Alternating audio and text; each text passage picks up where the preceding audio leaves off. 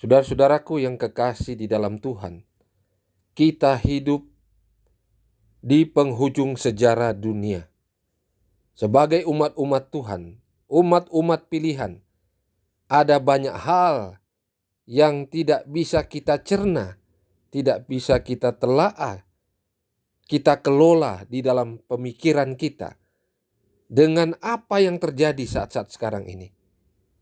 Kalau saudara melihat begitu banyak hal yang terjadi di sekitar kita, bahkan di setiap tempat di muka bumi ini, di mana setan sementara bekerja untuk membuat kebingungan manusia dan khususnya kepada umat-umat Tuhan. Dia membuat berbagai upaya merekayasa cuaca, membuat malapetaka-malapetaka yang seolah-olah alamlah yang bertindak sendiri.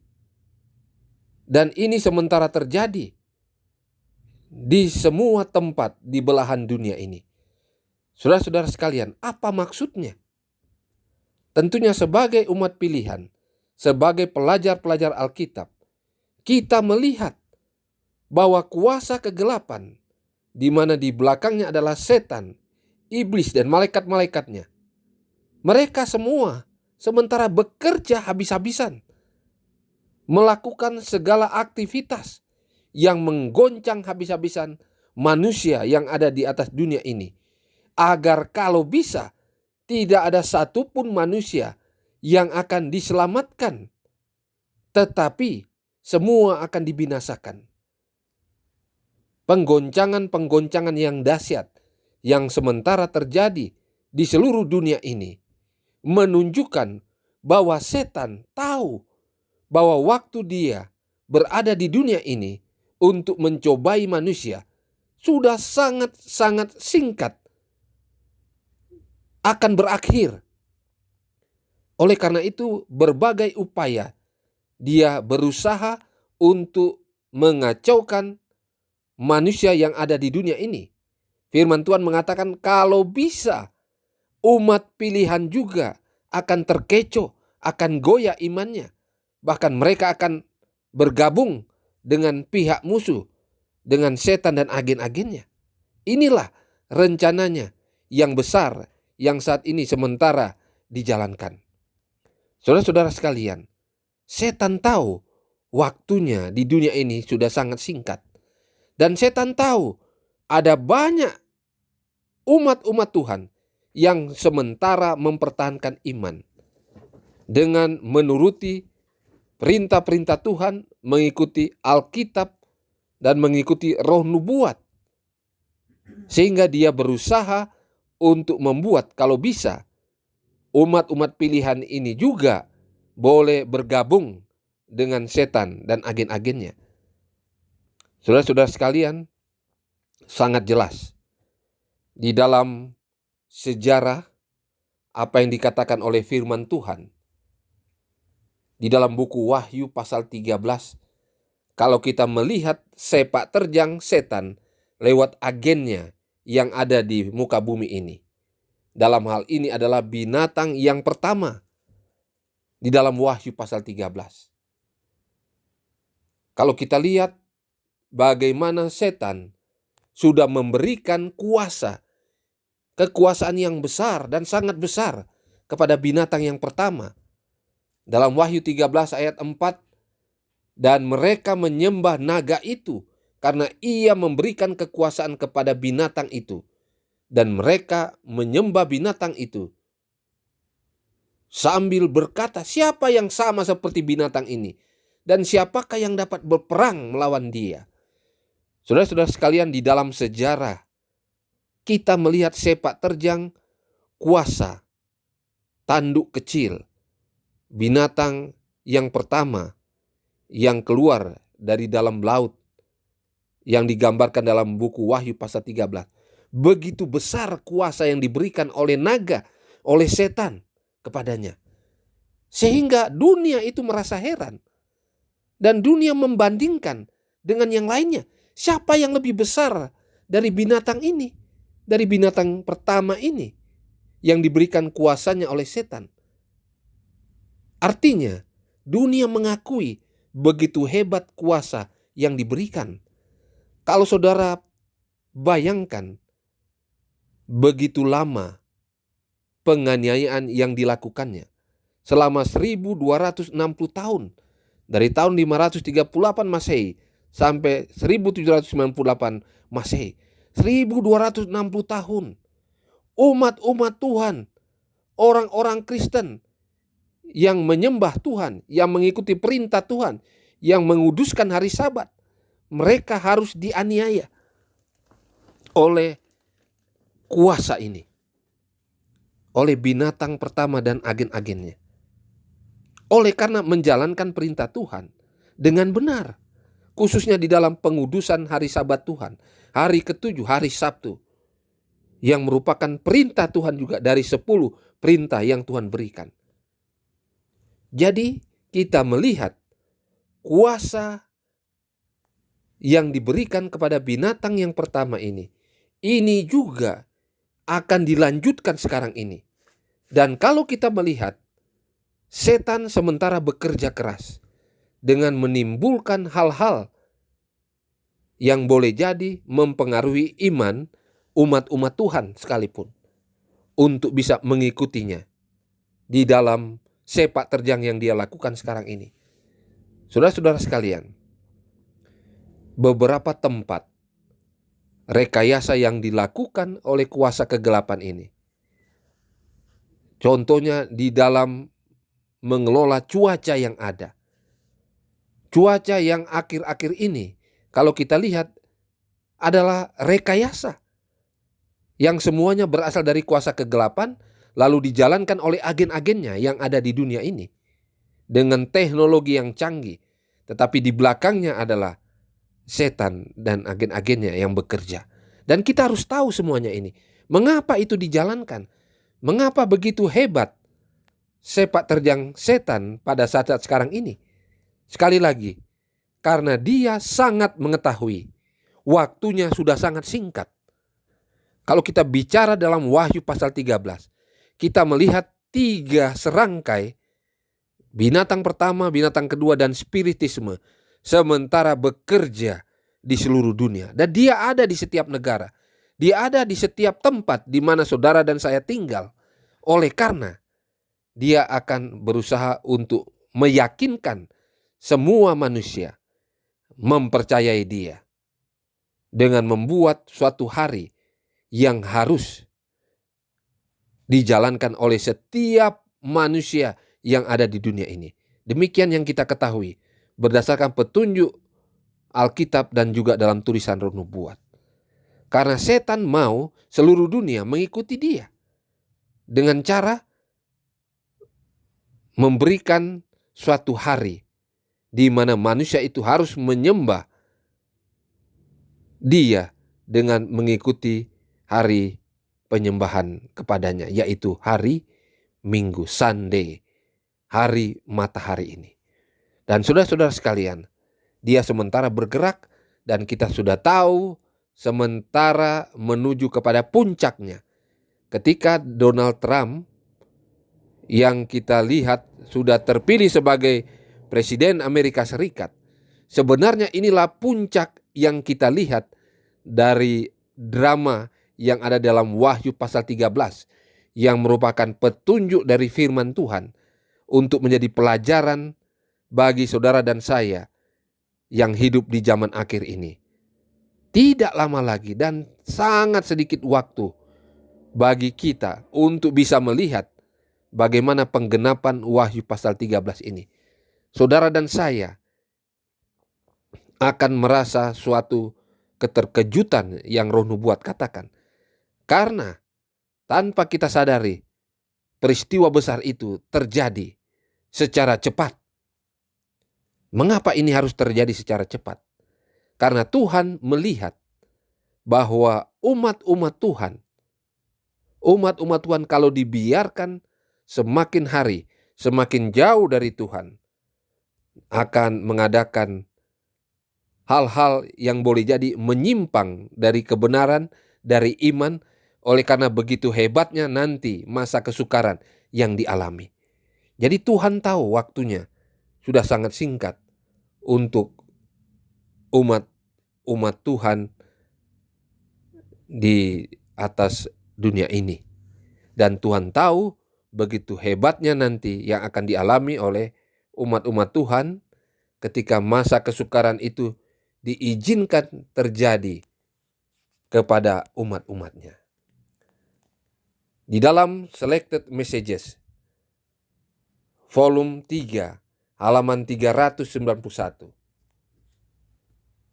Dikatakan Allah tidak merintangi kuasa kegelapan untuk menjalankan pekerjaannya yang mematikan, untuk merusak udara, salah satu sumber kehidupan dan zat gizi kita, dengan gas beracun dari dalam tanah. Bukan saja kehidupan tumbuh-tumbuhan yang terpengaruh, tapi juga manusia menderita karena serangan wabah. Hal ini dilakukan oleh tetesan-tetesan dari cawan murka Allah yang terpercik ke atas dunia. Dan ini hanya sebagian kecil saja dari apa yang akan terjadi dalam waktu dekat. Saudara-saudara sekalian, sebagai umat-umat Tuhan, memang kita perlu mengetahui dan sangat jeli melihat apakah sementara ini benar-benar setan yang bekerja atau Tuhan sendiri mengizinkan masa-masa yang sukar lewat sakit penyakit, wabah yang beredar, dan segala macam racun yang beredar di udara, yang merupakan tanda bagi manusia, khususnya bagi umat Tuhan, bahwa Tuhan juga tahu kesusahan yang sementara dialami oleh umat-umatnya. Dan dia ingin mempersingkat waktu itu. Jadi dengan cara-cara Tuhan yang ajaib, yang tidak sempat kita pikirkan lebih dalam, dan ini merupakan anugerahnya kepada manusia, khususnya kepada umat Tuhan, maka kita juga seharusnya menanggapi itu dengan cepat, segera, dengan mengadakan pertobatan, dengan mengadakan kehidupan yang lebih baik di dalam pengudusan dari waktu ke waktu. Memiliki waktu yang seharusnya lebih banyak kita gunakan untuk Tuhan. Baik dalam belajar firman Tuhan, kita berdoa, melakukan kebajikan, dan juga di dalam menyampaikan pekabaran kepada saudara-saudara kita yang ada di sekitar kita, yang ada di jangkauan kita. Ini yang harus kita lakukan. Ketika Tuhan melihat kita, upaya-upaya yang kita lakukan saat ini untuk menyegerakan kedatangan Tuhan yang kedua kali, maka Tuhan juga akan mempercepat bencana-bencana yang ada, walaupun itu didatangkan juga oleh kuasa kegelapan. Tapi dalam waktu yang sama, Tuhan juga bisa bekerja dengan cara yang sama, hanya untuk membangunkan iman umat-umat Tuhan yang mungkin sudah berbelok dari kebenaran, agar bertobat, bangun rohani, supaya bisa diselamatkan juga. Dan dikatakan dalam tulisan Roh Nubuat, inilah tetesan-tetesan cawan murka Allah. Kalau dibilang cawan murka Allah, sekarang ini masih ada campuran kasih karunia-Nya. Tetapi dalam waktu-waktu tertentu, tempat-tempat tertentu, bisa saja cawan murka, tetesan-tetesan cawan murka Allah yang berupa malapetaka, apakah itu banjir, kebakaran, badai, kematian lewat wabah, dan lain sebagainya. Tuhan bisa saja melihat di satu tempat dosa itu sudah matang untuk dituai. Dan sekaligus itu memperingatkan umat-umat Tuhan yang ada di sekitar situ, bahkan di seluruh dunia, agar bertobat dengan kejadian-kejadian yang ada, yang kita lihat. Saudara-saudara sekalian, walaupun di dalam tulisan Roh Nubuat mengatakan dalam Selected Messages jilid 2 halaman 52, dikatakan setan juga bekerja di udara. Dia juga meracuni udara ini, atmosfer ini. Sehingga disinilah nanti kita bergantung kepada Allah di dalam kehidupan kita. Karena tidak ada yang kita bisa andalkan lagi untuk menjaga kehidupan kita, untuk mempertahankan kehidupan kita di dunia ini, kalau bukan dari Allah.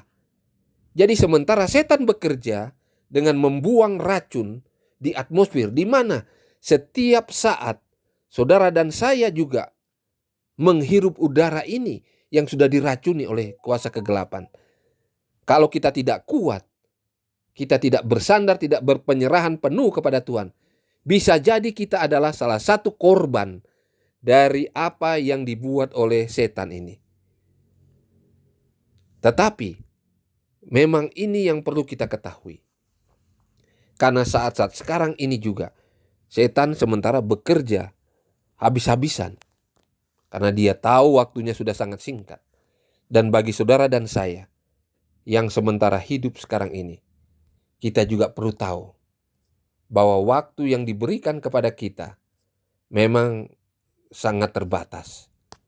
Rasul Paulus katakan, peperangan yang sesungguhnya yang kita lakukan sekarang ini bukan cuma dengan yang kelihatan, tetapi yang tidak kelihatan. Roh-roh jahat yang di udara. Bahkan agen-agen setan yang kelihatan juga yang ada di dunia ini. Ini yang harus kita jalankan, kita alami, kita harus hadapi, kita harus lawan itu. Dengan demikian firman Tuhan. Dengan iman yang kokoh yang kita sudah miliki. Yang sudah kita latih dari waktu ke waktu sampai sekarang ini. Jika saudara dan saya lemah dengan melihat dan menghadapi apa yang terjadi saat ini, boleh jadi kita keluar dari kebenaran dan mengikuti setan dan agen-agennya. Oleh karena itu penyerahan yang sungguh dibutuhkan oleh saudara dan saya sekarang ini. Tanpa itu tidak ada apa-apanya kita. Bahkan kematian setiap saat bisa terjadi bagi saudara dan saya. Tanpa Kristus, tanpa kebenarannya, tanpa kuasanya, kita akan mengalaminya. Oleh karena itu pada saat-saat sekarang ini, ketika saudara dan saya melihat malapetaka yang sudah banyak beredar di seluruh dunia, di mana setan sudah meracuni atmosfer yang ada di dunia ini. Bahkan setan sendiri sudah ada di dalam gereja-gereja dengan mempengaruhi saudara dan saya lewat saudara-saudara seiman yang semuanya boleh jadi itu adalah kaki tangan setan. Semuanya. Jadi saudara dan saya diserang dari berbagai hal, berbagai penjuru. Di dalam gereja sendiri, di luar, semuanya kita diserang. Dan ini membutuhkan suatu kekuatan yang ekstra. Iman yang radikal, yang ekstra. Yang datangnya dari Tuhan untuk saudara dan saya. Oleh karena itu senantiasa seharusnya kita bersandar penuh kepada Tuhan. Bukan pemikiran dan pengetahuan kita saja. Harus Roh Kudus tinggal di dalam kita. Dan sepenuhnya mengendalikan hidup kita. Sehingga inilah yang menjadi kekuatan kita. Kesanggupan bagi kita untuk menjalankan kehidupan.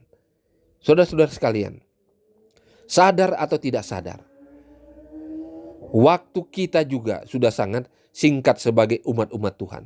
Mengapa demikian?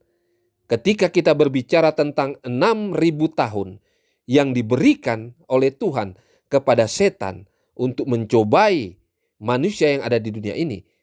Sejak manusia berdosa sampai akhir 6.000 tahun di mana Yesus sudah tidak mengantarai lagi. Roh nubuat katakan itulah 6.000 tahun.